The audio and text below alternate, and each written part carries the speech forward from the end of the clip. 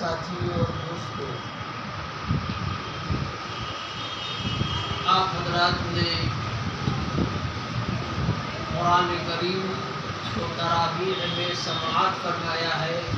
حافظ محمد صاحب جو بلیا کے رہنے والے ہیں اور ماشاءاللہ ان کے والد ایک دنیاوی بڑے افسر، اللہ تعالیٰ کا شکر اور احسان ہے کہ انہوں نے اپنے دو بیٹوں کو ماشاءاللہ حافظ قرآن بنایا۔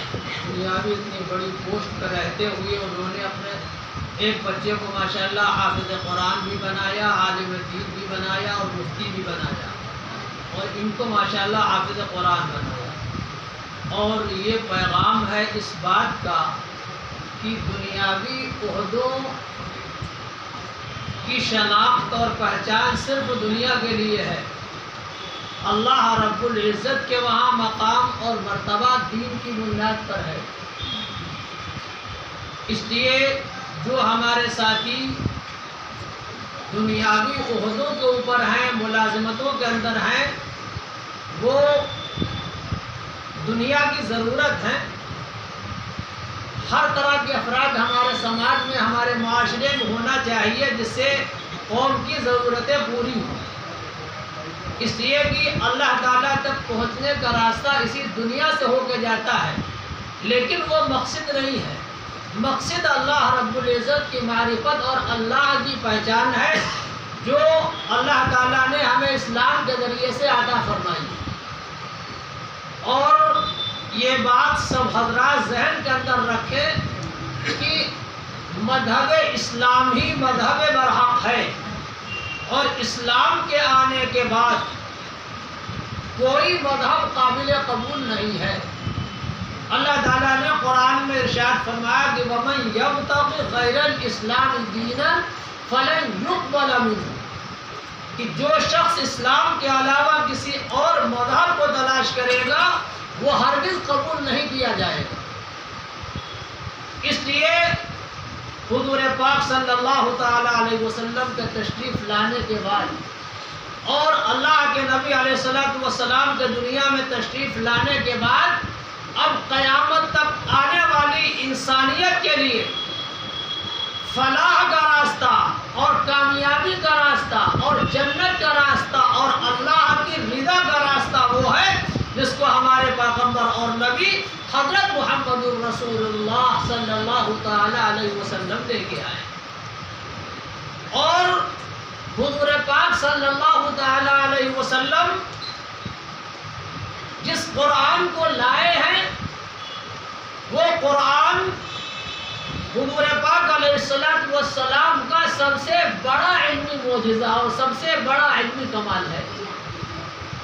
ہمارے پیغمبر اور نبی صلی اللہ تعالی علیہ وسلم کو جو اللہ نے کمالات و معجزات عطا فرمائے وہ ہزاروں کی تعداد میں ہیں۔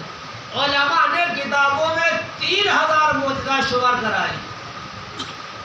کچھ معجزات لوگوں کے اندر بہت مشہور ہیں، جیسے کہ آپ کی انگلی کے اشارے سے چاند میں ٹکڑے کا ہو جانا، نبی پاک صلی اللہ تعالی علیہ وسلم کو درختوں کا سلام کرنا، جانوروں کا سلام کرنا، اسی طرح بہت سارے معجزات و کمالات اللہ کے نبی علیہ السلام کے ہیں۔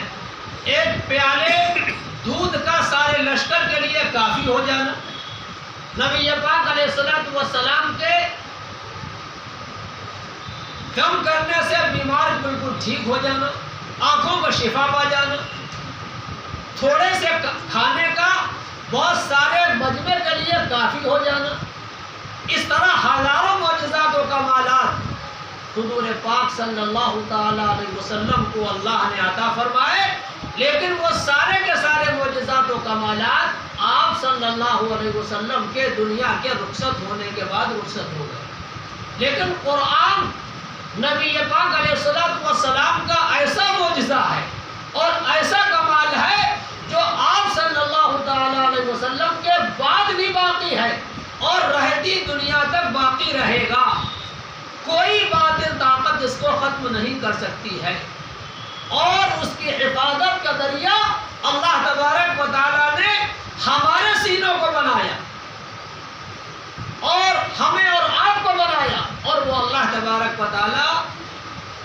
اس بات کے لیے مجبور نہیں تھا. جس اللہ تبارک و تعالیٰ نے اپنے کعبے کی حفاظت ابابیل پرندوں سے کرائی، وہ قرآن کی حفاظت بھی کسی اور چیز سے کرا سکتا تھا، لیکن یہ اللہ تبارک و تعالیٰ کا فضل ہے، اللہ کا کرم اور اللہ کا احسان ہے. اس نے قرآن کی حفاظت ہمارے ذریعے سے کروائی. اور یہ قرآن ہی کا معجزہ ہے کہ چھوٹے چھوٹے بچے انتہائی قلیل مدت میں قرآن کریم کو یاد کر رہے ہیں، حفظ کر رہے ہیں. ابھی سوشل میڈیا پہ جو خبریں آئیں کہ 6 مہینے میں کچھ بچوں نے باقاعدہ حفظ قرآن کریم کیا. اور یہ قرآن ہی کا معجزہ ہے. دنیا کی کوئی کتاب جلدی یاد نہیں ہوتی ہے، اور یاد ہونے کے بعد کچھ دن یاد رہتی ہے، پھر وہ بھول جاتی ہے. لیکن قرآن ہمیشہ ہمیش کے لیے اللہ تبارک و تعالیٰ سینوں کے اندر محفوظ کر دیتا ہے. اور دوستو، قرآن کریم کا ہمارے سینوں میں محفوظ رہنا قرآن کی بقا کے لیے انتہائی ضروری ہے. کبھی بھی سوشل میڈیا کے قرآن کے اوپر اعتماد نہ کرنا. اگر باطل کی چلے تو سوشل میڈیا سے قرآن کو آواز بڑھا دے، لیکن جو ہمارے سینوں میں اللہ تبارک و تعالیٰ نے قرآن کو محفوظ کیا ہے، ان سینوں سے قرآن کریم کو گھاس کھرچ کے لے جائیں گے. اس لیے دنیا پریشان اس سلسلے میں. اور قرآن اللہ کے نبی علیہ السلام کا سب سے بڑا معجزہ ہے. قرآن کریم کا پڑھنا ہر مسلمان کے اوپر فرض ہے. فرض کسی کو ملک کا رہنے والا ہو، عرب کا ہو، عجم کا ہو، ایشیا کا ہو، انڈونیشیا کا ہو، امیر ہو، غریب ہو، حاکم ہو، محکوم ہو، مرد ہو، عورت ہو، ہر مسلمان پر قرآن کریم کا پڑھنا فرض ہے. حضور پاک علیہ السلام نے فرمایا، وہ دل جو قرآن سے خالی ہے کل بیت الخرب مانند ویران کر دے. لیکن ہم میں سے کتنے لوگ قرآن کریم کو پڑھے ہوئے ہیں؟ ہم سارے کے سارے بہت. ہم یہ کہہ دیتے ہیں جب ہم بڑے ہو گئے، جوان ہو گئے، ادھیڑ ہو گئے، زبان نہیں پلٹتی ہے. اللہ کے بندو، اس دعوے کے اندر کوئی دم نہیں. صحابہ کرام رضوان اللہ تعالی علیہ اجمعین میں سے بڑی تعداد وہ ہے جنہوں نے قرآن کریم کو ادھیڑ کے اندر سیکھا، بڑھاپے کے اندر سیکھا، بڑی عمروں کے اندر سیکھا. آج ہم قرآن کریم کے سیکھنے کے سلسلے میں بڑی آسانی کے ساتھ یہ کہہ دیتے ہیں اب زبان نہیں پلٹتی. دنیا کے معاملے میں ہمارا حال یہ ہے کہ جب ہم ریٹائر ہو جاتے ہیں تو ریٹائر ہونے کے بعد دنیا کو حاصل کرنے کے لیے کرانے کی دکان کھول لیتے ہیں، ٹال کی دکان کھول لیتے ہیں، ریڈی میڈ کا کام شروع کر لیتے ہیں. لیکن دین کے سلسلے میں اور قرآن کے سیکھنے کے سلسلے میں ہم یہ عذر کر دیتے ہیں اب زبان پلٹتی نہیں ہے. اللہ کے بندو، ہم نے زبان کو پلٹنے کی کوشش ہی کہاں. اس لیے سارے کے سارے لوگ یہ طے کرو قرآن کریم کو انشاءاللہ ہر حال کے اندر پڑھیں گے. قرآن کریم کو پڑھنا اور قرآن کریم کو صحیح پڑھنا، یہ دونوں باتیں فرض ہیں. جو طبقہ پڑھا ہوا ہے وہ کیسے قرآن کریم کو پڑھتا ہے؟ ہم سارے کے سارے غور کریں. شین کو سین پڑھنا، قاف کو قاف پڑھنا، جیم کو زا پڑھنا. اور بعض مقامات پر ایسی غلطیاں ہوتی جس سے کرنا کفر شرک لازم آتا ہے اور آدمی اسلام ہی سے خارج ہو جاتا ہے. تو ایسے قرآن پڑھنے سے کیا فائدہ ہوگا اور اس کا کیا اثر ہوگا؟ اس لیے قرآن کریم کو پڑھو اور قرآن کریم کو صحیح پڑھنا سیکھو. اور قرآن کریم کے صحیح پڑھنے کے ساتھ ساتھ تلاوت قرآن کا معمول بناؤ. تلاوت قرآن کا معمول بناؤ. قرآن بہت بڑی چیز ہے اور قرآن اللہ تبارک و تعالیٰ کی ذات سے بلا واسطہ نکلا ہوا ہے اور اللہ کے قرب کا سب سے بڑا ذریعہ ہے. فرائض واجبات کی ادائیگی کے بعد اللہ سے قریب کرنے کا سب سے بڑا ذریعہ ہے. قرآن دلوں کو ٹچ کرتا ہے. میں آپ سے عرض کروں، ایک انتہائی اہم خبر ابھی اخبارات میں پرسوں شائع ہوئی. اس سے پہلے وی ایچ پی کے لوگوں نے قرآن کریم کی وہ آیات جن پر اہل حدود کی طرف سے اعتراضات، وہ اعتراضات کرنے کے لیے وہ آیات مرتب کر کے کہ قرآن میں یہ لکھا یہ لکھا یہ لکھا، وہ آیتیں مرتب کر کے اپنے معاشرے کے اندر بانٹی، اپنے سماج کے اندر بانٹی. اور جن لوگوں کے ہاتھوں میں وہ آیتیں پہنچی، ہمارے برادران وطن کے لوگوں میں سے، یعنی ہمارے ہندو بھائیوں کے ہاتھوں میں جن لوگوں کے ہاتھوں کے اندر وہ آیات پہنچی، ان میں سے بہت سارے لوگوں کو یہ جذبہ پیدا ہوا کہ آیا ہم قرآن کریم کو پڑھیں کیوں نہ پورا، ہم پورا قرآن پڑھیں. چنانچہ انہوں نے قرآن کریم کا مطالعہ شروع کیا تو بہتوں کو اللہ تبارک و تعالیٰ نے قرآن کریم کے پڑھنے کے ذریعے سے پھر ہدایت عطا فرمائی اور باطل کی ساری سازشیں ناکام ہوئی. اور یہ اس بات کا نتیجہ اور اثر ہے کہ قرآن کریم دلوں کو ٹچ کرتا ہے. آج ہم نے قرآن کریم کے پیغام کو پہنچا ہی نہیں پایا. آج سوشل میڈیا کے زمانے میں، الیکٹرانک میڈیا کے زمانے میں اس بات کو عام کرنا بہت آسان ہے. وحدانیت کے پیغام کو عام کرنا، رسالت کے پیغام کو عام کرنا، عقیدہ قیامت کے پیغام کو عام کرنا لوگوں کے اندر بہت آسان ہے. ہم یہ کوشش کریں اپنے برادران وطن کو، ہندو بھائیوں کو اپنی مذہبی کتاب دیں. ہم امت دعوت بنا کے بھیجے گئے اور ہمارے ملک کا آئین اور قانون یہ اجازت دیتا ہے ہر آدمی اپنے مذہب کی تبلیغ کر سکتا ہے. ہندو بھی کر سکتا ہے، عیسائی بھی کر سکتا ہے، جینی بھی کر سکتا ہے، بدھسٹ بھی کر سکتا ہے، مسلمان بھی کر سکتا ہے. ہم کسی کو مجبور نہ کریں، لیکن ہم مثبت انداز میں قرآن کے پیغام کو، وحدانیت کے پیغام کو، رسالت کے پیغام کو دنیا کے سامنے پیش کریں. اور حکومت کی اپنی لسٹ کے مطابق 20 کروڑ مسلمان ہیں، ٹھیک مان لیتے 20 کروڑ مسلمان ہیں، 20 کروڑ مسلمان یہ طے کریں انشاءاللہ اپنے غیر مسلم بھائیوں کو اپنی مذہبی کتاب پڑھنے کے لیے دیکھیں. تم خود پڑھ لو قرآن کریم کے اندر کیا لکھا ہوا. تو اگر یہ 20 کروڑ مسلمان 5 سال ہر آدمی ایک قرآن اسی کے زبان کا جس میں ترجمہ ہو اپنے ان بھائیوں کو پیش کرے تو 5 سال میں کتنے ہو گئے؟ ارے بولیے نا بھائی، 5 سال میں یہ 20 کروڑ لوگ کتنے لوگوں کو قرآن کریم پیش کر دیں گے؟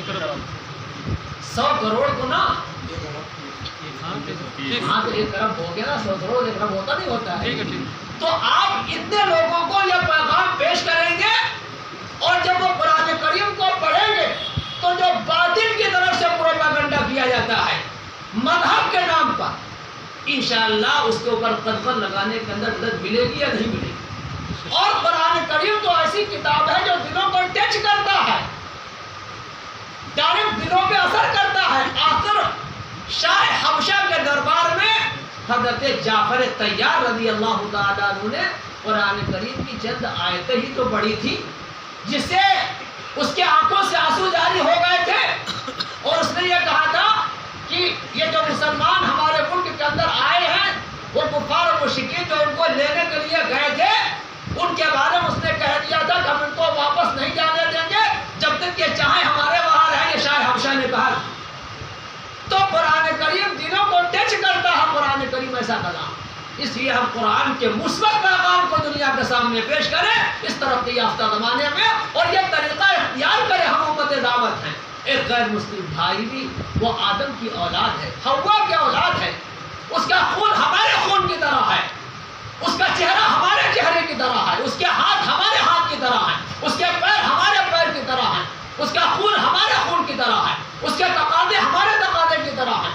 جیسا ہم کھاتے ہیں ویسا وہ کھاتا ہے، جیسا ہم سوتے ہیں ویسا وہ سوتا ہے.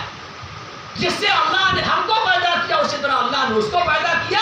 تو ایک غیر مسلم بھائی بھی انسانی رشتے سے ہمارا بھائی ہے. ہم اس کے بارے میں جذبہ خیر رکھتے ہیں، وہ اللہ تبارک و تعالیٰ کی ذات و صفات پر ایمان لائے اور کل مرنے کے بعد اس کو حسرت اور افسوس نہ کرنا پڑے، اور یہ وہ نہ کہیں کہ ہمارے مسلمان بھائیوں نے ہمارے سامنے اے اللہ تیری وحدانیت کے پیغام کو پیش نہیں کیا. آج بہت سارے غیر مسلم اس بات کو کہتے ہیں کہ مسلمان ہم کو کافر کہتے ہیں اور کافر کے معنی انکار کرنے والے کے آتے ہیں تو ان لوگوں نے ہمارے سامنے پیش کیا کیا ہے جس کا ہم انکار کرنے والے ہیں. اور یہ بات کسی حد تک صحیح بھی ہے. تو ہم کم سے کم وحدانیت کے پیغام کو مثبت انداز میں پیش کریں. جبرن کسی کو کلمہ پڑھوانے کے لیے اسلام نہیں کہتا، اور جبرن کلمہ پڑھ لینے سے کوئی آدمی مسلمان بھی نہیں ہوتا ہے. اسلام نام ہے دل سے اللہ کی وحدانیت کا اعلان کر، اللہ کو ایک جاننا دل سے، حضور پاک علیہ الصلوۃ والسلام کو آخری پیغمبر اور نبی جاننا، عقیدہ قیامت کو ماننا، اس کا نام ایمان ہے. تو قرآن کا سب سے پہلا پیغام اللہ کی وحدانیت کا پیغام، اللہ کی ربوبیت کا پیغام.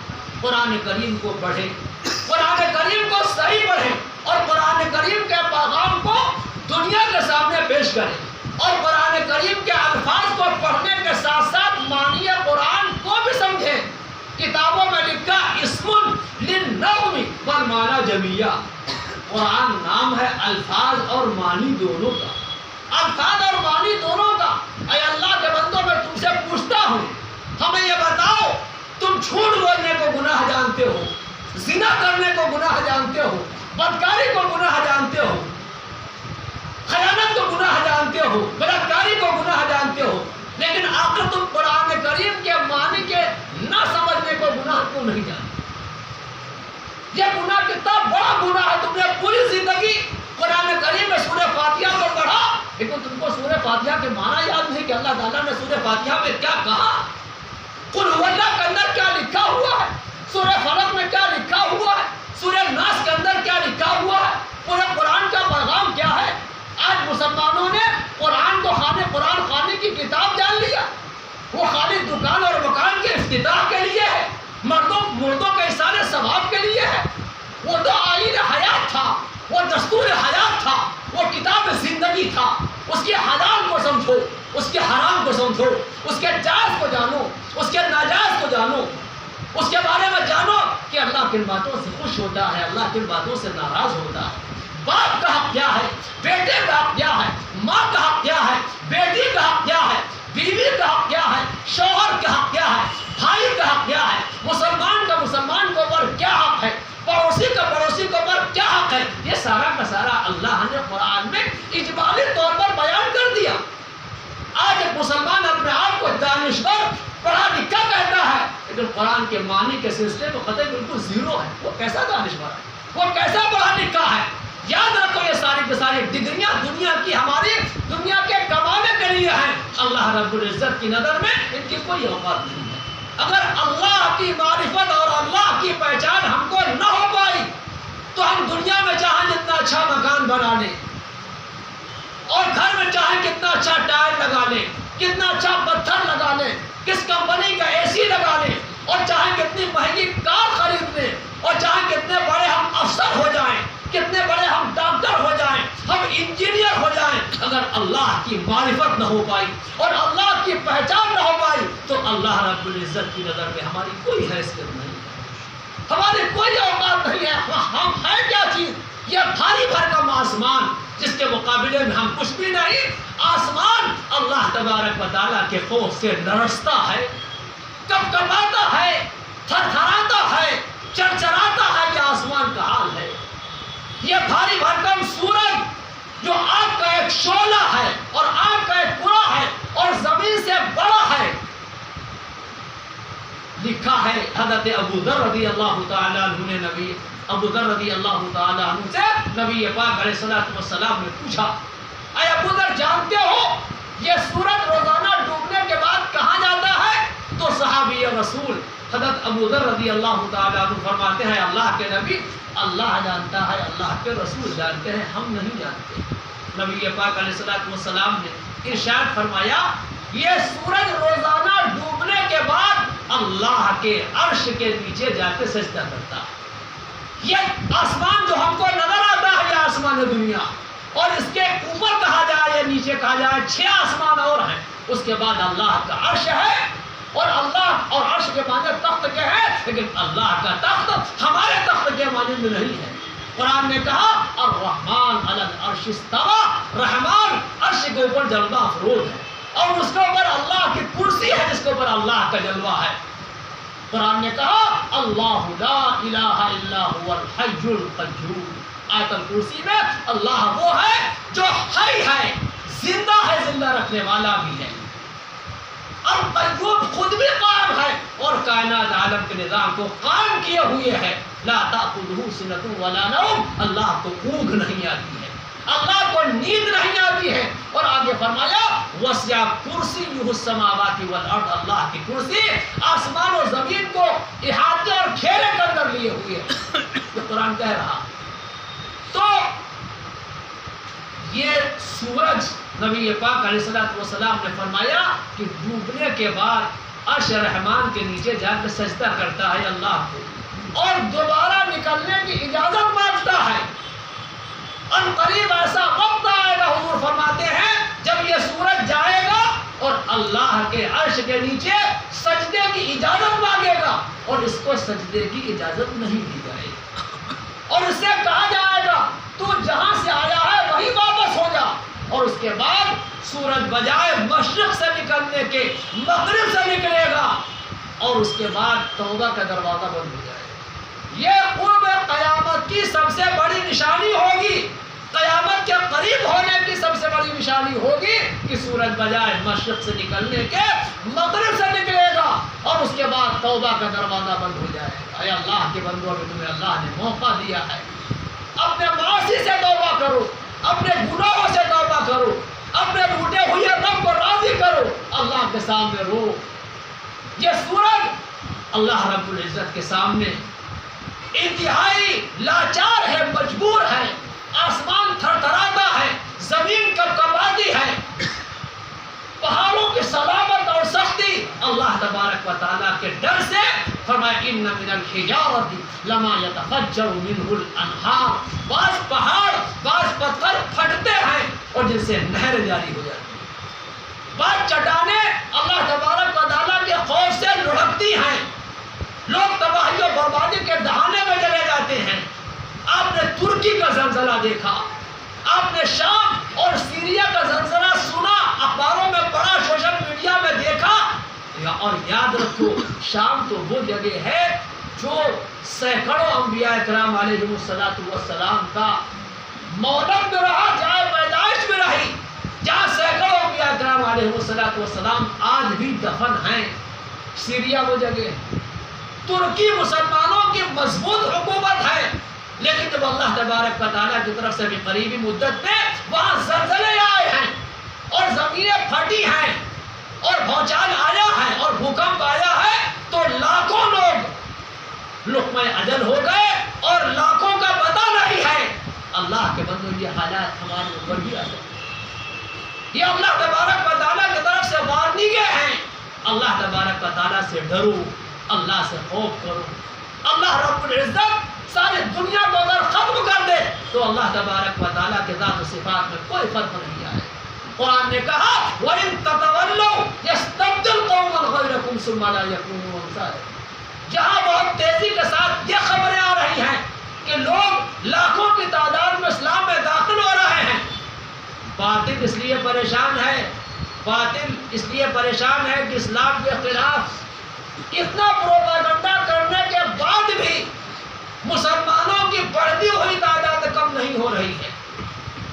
ابھی تک یہ خبریں آ رہی تھی کرسچن اور عیسائی تعداد میں سب سے زیادہ تھے, اب یہ خبریں آ رہی ہیں کہ مسلمان دنیا کی پہلی آبادی ہونے جا رہا ہے. اس لیے باطل پریشان, اس لیے باطل پریشان ہے.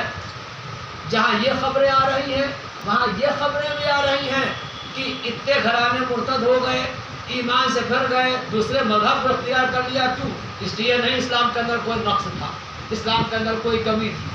بات یہ ہے جب انہوں نے اللہ کے حکموں کو پامال کیا, نبی پاک علیہ السلام کے حکموں کو پامال کیا, تو قرآن کا یہ وعدہ سچا ہوا جو قرآن نے بہت پہلے اعلان کر دیا تھا وَإِن تَتَوَلَّوْا يَسْتَبْدِلْ قَوْمًا غَيْرَكُمْ ثُمَّ لَا يَكُونُوا أَمْثَالَكُمْ. اگر تم اعراض و روگردانی کرو گے تو پھر ہم تمہاری جگہ پہ دوسروں کو لے آئیں گے, پھر وہ تم جیسے نہیں ہوں گے. بے ایمانوں ایمان والوں کو بے ایمان کر دیا جائے گا اور بے ایمانوں کو ایمان کی توفیق عطا کر دی جائے گی. اس لیے اللہ کے بندو ابھی تمہارے لیے موقع ہے تو قرآن کا پیغام سب سے پہلا اللہ کی وحدانیت کا پیغام، نبی پاک علیہ الصلوۃ والسلام کی رسالت کا پیغام، اور اسی کے ساتھ ساتھ فکر آخرت کو پیدا کرو۔ قرآن کا تیسرا کھلا ہوا قرآن کریم میں 3 مضامین ہیں خاص طور سے۔ ایک وحدانیت کا پیغام، اس ساری کائنات کا خالق اور مالک اور بنانے والا ایک اکیلا اللہ ہے، ہر چیز اللہ ہی کی محتاج ہے، سورج چاند ستارے دریا جنگل پہاڑ معبود نہیں ہے، معبود وہ ہے جو ان تمام چیزوں کا خالق اور مالک ہے۔ سب سے پہلا قرآن کا پیغام اللہ کی وحدانیت کے پیغام، اس لیے توحید کے مسئلے پہ، وحدانیت کے مسئلے پہ، اللہ کی ربوبیت کے مسئلے پہ ہم کسی سے کوئی کمپرومائز کرنے کے لیے تیار نہیں ہے۔ توحید تو یہ ہے کہ خدا حشر میں کہہ دے یہ بندہ دو عالم سے خفا تیرے لیے، آج دنیا تمہارے ایمان کو سلب کرنا چاہتی ہے، تمہیں وحدانیت کے راستے سے ہٹا کے طرح طرح کے چیزوں میں لگانا چاہتی ہے، تم صاف کہہ دو اللہ تبارک و تعالیٰ کی وحدانیت کے مقابلے میں ہم کسی چیز کو ماننے کے لیے تیار نہیں ہیں، اور اپنے پیغمبر اور نبی حضرت محمد صلی اللہ تعالیٰ علیہ وسلم جو آخری پیغمبر ہیں اور آخری نبی ہیں، اب قیامت تک آنے والے سارے کے سارے انسانوں کے لیے نجات اس میں ہے جس کو حضور پاک علیہ الصلوۃ والسلام لے کے آئے۔ اللہ کے نبی علیہ الصلوۃ والسلام نے یہ کہا تھا کہ میرے بعد 30 ایسے بڑے بڑے جھوٹے پیدا ہوں گے جن میں ہر شخص یہ دعویٰ کرے گا کہ میں پیغمبر اور نبی ہوں، حالانکہ میں آخری نبی ہوں۔ چنانچہ نبی پاک علیہ الصلوۃ والسلام کے زمانے میں اسود عنسی نے دعویٰ کیا نبوت کا، مسیلمہ کذاب نے دعویٰ کیا نبوت کا، سجاہ نامی عورت نے دعویٰ کیا نبوت کا، ہمارے قریبی زمانے میں مرزا قادیانی نے دعویٰ کیا نبوت کا، اور اس وقت یہ شخص شکیل ابن حنیف ہے جو بہار کا رہنے والا تھا، دلی میں جا کر رہا، پہلے وہ تبلیغی جماعت سے کچھ دنوں تک جڑا رہا، اس کے بعد وہ ظالم کہہ رہا ہے کہ میں پیغمبر اور نبی ہوں، اور مہاراشٹر میں وہ قیام کیے ہوئے ہے اور اس کے ماننے والے اپنے آپ کو شکیلی لکھ رہے ہیں۔ یہ وقت کے انتہائی اہم فتنے ہیں جس سے اپنے ایمان کی حفاظت کرو۔ ختم نبوت کا عقیدہ ہمارا بنیادی عقیدہ ہے، اللہ کے پیغمبر ہمارے آقا علیہ الصلوۃ والسلام آخری پیغمبر اور نبی، قرآن نے اعلان کیا ما کان محمد ابا احد من رجالکم ولکن رسول اللہ وخاتم النبیین۔ حضور پاک علیہ الصلوۃ والسلام آخری پیغمبر اور نبی ہیں، اب آپ علیہ الصلوۃ والسلام کے بعد کوئی پیغمبر اور نبی آنے والا نہیں ہے، اور یہ دنیا اور دنیا کا بھاری بھرکم نظام تب تک باقی ہے جب تک دنیا میں اللہ کی یاد ہوا، جب تک ایک بھی اللہ کو یاد کرنے والا اس روئے زمین کو پر باقی رہے گا، یہ آسمان یوں ہی قائم رہے گا، زمین یوں ہی قائم رہے گی، آفتاب یوں ہی چمکتا رہے گا، مہتاب یوں ہی دمکتا رہے گا، ستارے یوں ہی جھلملاتے رہیں گے، دریا یوں ہی بہتے رہیں گے۔ اس کو فرمایا اللہ کے نبی علیہ الصلوۃ والسلام نے لا تقوم الساعة حتى يقال في الارض اللہ اللہ، قیامت نہیں قائم ہوگی جب تک ایک بھی اللہ کو یاد کرنے والا باقی رہے گا۔ اس لیے دنیا کو یہ بتاؤ اپنے سوشل میڈیا کے ذریعے سے، اپنے الیکٹرانک میڈیا کے ذریعے سے، اپنے ذرائع ابلاغ کے ذریعے سے دنیا کو یہ پیغام دو، اگر زیادہ دنوں تک دنیا والے اور حکمراں دنیا میں حکومت کرنا چاہتے ہیں تو اپنے آپ کو اللہ کی وحدانیت سے جوڑیں اور اللہ کی یاد سے وابستہ کریں، اور اگر اتنا نہیں کر سکتے ہیں تو کم سے کم اتنا تو کریں اللہ کے وہ بندے اور وہ بندیاں جو اللہ کو یاد کرنے والے ہیں، اللہ کی معرفت کو حاصل کرنے والے ہیں، کم سے کم انہیں پریشان نہ کریں، ان کو مکمل طور پر تحفظ دیں، یہ ان کی ذمہ داری ہے۔ اگر زیادہ دنوں تک حکومت کرنا چاہتے ہیں اس لیے کہ دنیا کی بقا اللہ کی یاد کے ذریعے سے، خدا کی معرفت کے ذریعے سے ہے، اللہ تبارک و تعالیٰ کو دنیا کی کوئی پرواہ نہیں ہے۔ اس لیے اے اللہ کے بندو، ہمارے بزرگوں، ہمارے دوستوں، یاد رکھو یہ دنیا اور دنیا کی فانی زندگی اللہ رب العزت کی نظر میں کوئی اوقات نہیں رکھتی ہے۔ بڑا سے بڑا مجرم اور نافرمان اللہ تبارک و تعالیٰ کا یہاں دنیاوی عیش و آرام کے ساتھ رہ سکتا ہے، اس لیے کہ دنیا دارالعمل ہے، دارالجزا نہیں ہے، یہاں بدلے کا ملنا ضروری نہیں ہے۔ فرعون کو بھی اللہ تبارک و تعالیٰ نے 400 برس تک فرعون کے سر میں بیماری کے نام پر درد بھی نہیں ہوا، 400 برس تک لکھا ہوا کتابوں میں، اور اپنے آپ کو انا ربکم الاعلی کہنے لگا کہ میں تمہارا سب سے بڑا رب ہوں. اور جب اللہ تبارک و تعالیٰ نے اس کی پکڑ فرمائی ہے اور اس کی گرفت کی ہے تو اور دریائے نیل میں جب فرعون ڈوبا ہے تو اس نے اعلان کیا کہ آمنا برب ہارون و موسیٰ کہ ہم بھی موسیٰ اور ہارون کے رب کے اوپر ایمان لے آئے، یعنی اللہ کی وحدانیت کو مان لیا.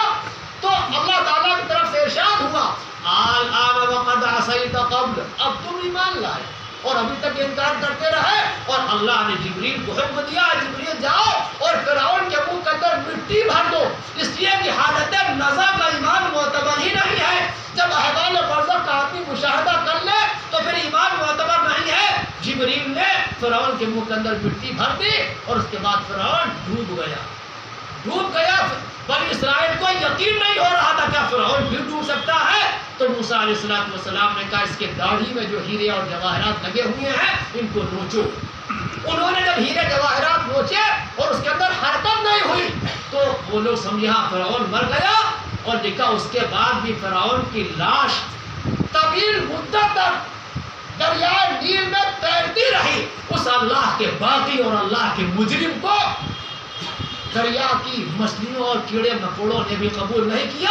اور طویل عرصے کے بعد فرعون کی لاش کو دریائے نیل سے نکالا گیا ہے اور آج مصر کے میوزیم میں، مصر کے عجائب خانے میں فرعون کی لاش محفوظ ہے. یہ قرآن میں وہ وعدہ تھا جو قرآن کے اندر لکھا ہوا ہے. قرآن نے کہا تھا فَالْيَوْمَ نُنَجِّيكَ بِبَدَنِكَ، آج کے دن ہم تیرے بدن کو نجات دیں گے تاکہ بعد میں آنے والے لوگوں کے واسطے عبرت اور نصیحت ہو. یہ قرآن نصیحت کا پیغام ہے، یہ دستور حیات ہے، منشور حیات ہے. حضرت عبداللہ بن مسعود رضی اللہ تعالیٰ عنہ قرآن کریم کو ہاتھ میں لیتے اور فرماتے ھذا کلام ربی، ھذا کلام ربی، ھذا کلام ربی، یہ میرے رب کا کلام ہے، یہ میرے رب کا کلام ہے. اور یہ کہتے کہتے بے ہوش ہو جاتے. یہ صحابہ کا حال تھا. آج قرآن کریم سے ہمارا تعلق انتہائی کمزور ہے. آج عمرہ تک کا طبقہ، اہل ثروت کا طبقہ، مالداروں کا طبقہ دین نہیں پڑھا رہا ہے، حافظ قرآن نہیں بنا رہا ہے، عالم نہیں بنا رہا ہے. وہ یاد رکھے اللہ تبارک و تعالیٰ کی پکڑ سے ڈرے، اللہ کی پکڑ سے ڈرے. اس دنیا کی کوئی اوقات، کوئی حیثیت اللہ رب العزت کی نظر میں نہیں ہے اگر اللہ کی معرفت حاصل نہ ہو پائے. قرآن کریم کو یاد کرنا اور قرآن کریم کے مطابق عمل کرنا یہ اتنی بڑی سعادت ہے. حضور پاک علیہ السلام فرماتے ہیں من قرأ القرآن، جس شخص نے قرآن کریم کو پڑھا وعمل بما فیہ، اور اس نے اس قرآن کریم کے اوپر عمل کیا. حافظ قرآن کا عمل ہی کہ اللہ کے وہاں قدر و قیمت ہے. جو حافظ قرآن بے عمل ہے اس کی کوئی قدر و قیمت نہیں ہے. جس شخص نے قرآن کریم کو پڑھا اور اس کے مطابق عمل کیا تو حضور فرماتے ہیں البس والداہ تاجا یوم القیامہ، حافظ قرآن بعمل کے والدین کو قیامت کے دن اللہ تبارک و تعالیٰ تاج پہنائے گا. اور ایک حدیث میں تاجم من نور، وہ تاج کیا ریشم کا ہوگا، مخمل کا ہوگا؟ نہیں، وہ تاج نور کا ہوگا. اور کروڑوں کے مجمع میں اس طرح اللہ تبارک و تعالیٰ حافظ قرآن کے والدین کو کروڑوں کے اندر عزت دے گا اور اسے کہا جائے گا اے قرآن کی امانت کو اپنے سینے کے اندر لینے والا، اقرأ وارتقی، قرآن کریم کو پڑھتا جا اور اپنے بلند مقام کو چڑھتا جا، اپنے بلند مقام کو طے کرتا جا. ورتل کما کنت ترتل فی الدنیا، اور قرآن کریم کو ٹھہر ٹھہر کے پڑھ جیسا کہ دنیا کے اندر پڑھا کرتا تھا. اور تیرا مقام اور مرتبہ وہ ہوگا جہاں قرآن کریم کی آخری آیت بالناس ختم ہو. یہ اس کا حافظ قرآن کا مقام ہو. اور لکھا کہ حافظ قرآن بعمل کو اللہ تبارک و تعالیٰ اپنے متعلقین کے ایسے 10 لوگوں کے بارے میں، اور 10 سے مراد کثرت ہے، ذاتی ہے، یعنی ایک بڑی جماعت کے بارے میں اللہ تبارک و تعالیٰ اختیار دے گا جن کے لیے جہنم کا فیصلہ ہو چکا ہوگا. اللہ تعالیٰ اس کو اختیار دے گا ان کے لیے شفاعت کرے اور اس کی شفاعت کو قبول کیا جائے گا اور اس کے لیے جنت کا فیصلہ کیا جائے گا ان لوگوں کے لیے. اس لیے قرآن کی امانت کو سمجھو، قرآن کریم کے مقام کو سمجھو، قرآن کریم کے مرتبے کو سمجھو. یہ قرآن خالی بچوں کے لیے نہیں ہے، یہ جوانوں کے لیے بھی ہے، ادھیڑوں کے لیے بھی ہے، بڑھاپے والوں کے لیے بھی ہے، مردوں کے واسطے بھی ہے اور عورتوں کے واسطے اور یہ مدارس اسلامیہ جو دین کے قلعے ہیں، ہمارے مذہب کی بنیاد قرآن اور حدیث ہیں، اور یہ مدارس اسلامیہ اس کی دانشگاہیں ہیں، اس کی تربیت گاہیں ہیں۔ اگر یہ مدارس اسلامیہ باقی نہیں رہ پائے تو یاد رکھو دین کا کوئی کام نہیں ہو پائے گا، اور اسی بنیاد پر ہمیشہ باطل کی طرف سے طرح طرح کے اعتراضات اور طرح طرح کی باتیں ان کے خلاف اٹھائی جاتی رہی ہیں۔ ہمارا آپ حضرات سے کہنا ہے، جس طرح امت کے لیے ضرورت ہے خدمت کے لیے، لوگوں کی خدمت کے لیے، صحت کے لیے بہترین ڈاکٹر کی، بہترین انجینئر کی، اسی طرح بہترین وکلا کی، بیرسٹر کی، تاکہ لوگوں کے مقدمات کو وہ لڑ سکیں، بے قصوروں کا انصاف ملے۔ جہاں ضرورت ہے بہترین وکلا کی، بہترین ڈاکٹر کی، بہترین بیرسٹر کی، اسی کے ساتھ ساتھ ضرورت ہے بہترین حافظ قرآن کی، تاکہ بہترین نماز پڑھانے والے ملے، بہترین قاری قرآن کی، بہترین قرآن کریم کے پڑھنے والے ملے، بہترین علماء کی جو مسائل شرعیہ کو جاننے والے ہوں، انتہائی ماہرین مفتیوں کی ضرورت ہے۔ اب 1% طبقہ مشکل سے اب مدارس کے اندر آ رہا ہے، اور اس کے بارے میں بھی دنیا والے یہ مشورہ دے رہے ہیں کہ ان کو، حافظ جی کو، عالم صاحب کو ڈاکٹر بنا دو، ان کو وکیل بنا دو، ان کو انجینئر بنا دو۔ تو اللہ کے بندو سوچو، سنجیدگی کے ساتھ سوچنا اس کو کہ اگر یہ 1% طبقہ، 1% طبقہ بھی ڈاکٹر بن جائے گا تو اپنا نرسنگ ہوم کھولے گا، پھر حافظ سنائیں گے نہیں آ کے، پھر سنائیں گے نہیں آ کے، پھر نماز نہیں پڑھائیں گے، پھر مسائل نہیں بتائیں گے۔ اس لیے اللہ تبارک و تعالیٰ نے ہر چیز کے لیے افراد پیدا فرمائے ہیں، ان افراد کو انہی کاموں کے اندر لگا رہنے دو۔ ایک بہترین جماعت ہماری ڈاکٹروں کی ہو، بہترین جماعت ہمارے وکلا کی ہو، بہترین جماعت ہمارے انجینئروں کی ہو، ہمارے بچوں کی، اور ایک بہترین جماعت حفاظ کی ہو، قراء کی ہو، علماء کی ہو، جو اپنی زندگیوں کو وقف کرے اسلام کی خدمت کے لیے، اسلام کی انتہائی گہری تعلیمات امت کے سامنے پیش کرے، تاکہ اسلام قیامت تک کے لیے محفوظ ہو۔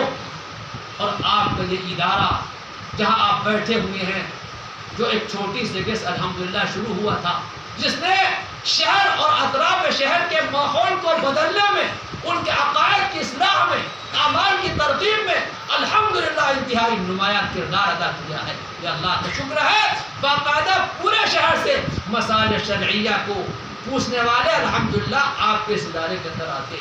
اس کے بعد الحمدللہ اپنے ادارے کی دوسری عمارت، دوسری جگہ خریدی گئی حیات پورہ محلے میں، وہاں باقاعدہ عمارت بنوائی گئی۔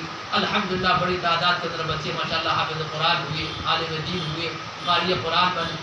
اللہ تعالیٰ کا شکر ہے، یہ دونوں ادارے انتہائی مضبوطی کے ساتھ آپ حضرات کی کوشش اور جدوجہد سے قائم ہیں۔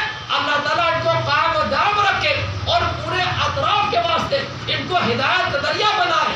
ہماری ذمہ داری یہ ہے، آپ کی ذمہ داری یہ ہے، اپنی گاڑی کمائی کو، اپنی حلال کی کمائی کو ان کی تعمیر و ترقی میں خرچ کریں۔ اس وقت میں نے آپ حضرات کے سامنے عرض کیا تھا، اپنے حیات پورہ کے مدرسے میں جو یہی کی شاخ ہے، ماشاءاللہ ایک بڑا کام جہاں نماز ہوتی ہے، تقریباً 3000 اسکوائر فٹ میں جہاں نماز ہوتی ہے، 5 وقتہ ماشاءاللہ جمعہ بھی ہوتا ہے، عید کی نماز بھی ہوتی ہے، پڑھائی بھی وہاں ہوتی ہے۔ اس کا فرش لگ رہا ہے، کچا فرش تھا اس کا فرش لگ رہا ہے، ٹائل اور پتھر کی شکل میں، ایک بڑا کام ہے۔ اس میں ہم کو ضرورت ہے ٹائل کی، تقریباً 4 لاکھ روپے کا خرچ ہے۔ ہم کو ضرورت ہے سیمنٹ کی، مورم کی، نقد پیسوں کی۔ ہم اپنے ساتھیوں سے درخواست کرتے ہیں، اپنی طرف سے، اپنے مرحومین کی طرف سے اس صدقہ جاریہ میں حصہ لیں، اور سیمنٹ کی شکل میں، مورم کی شکل میں، یا ٹائل کی شکل میں، نقد پیسوں کی شکل میں اپنی خدمات کو پیش کریں۔ اللہ تبارک و تعالیٰ قبول فرمائے۔ دوسرا اعلان یہ ہے کہ تراویح میں قرآن کریم کا سننا، یہ مستقل سنت ہے، سنت مؤکدہ، قرآن کریم کا سننا مستقل سنت، اور پورے رمضان تراویح کا پڑھنا یہ مستقل سنت الگ ہے۔ جو حضرات چند ایام میں قرآن کریم کو سن کے تراویح کو چھوڑ دیتے ہیں، وہ سنت مؤکدہ کے گنہگار ہوں گے۔ حضور پاک علیہ الصلوۃ والسلام نے چند دن تراویح پڑھی اور اس کے بعد آپ تشریف نہیں لائے۔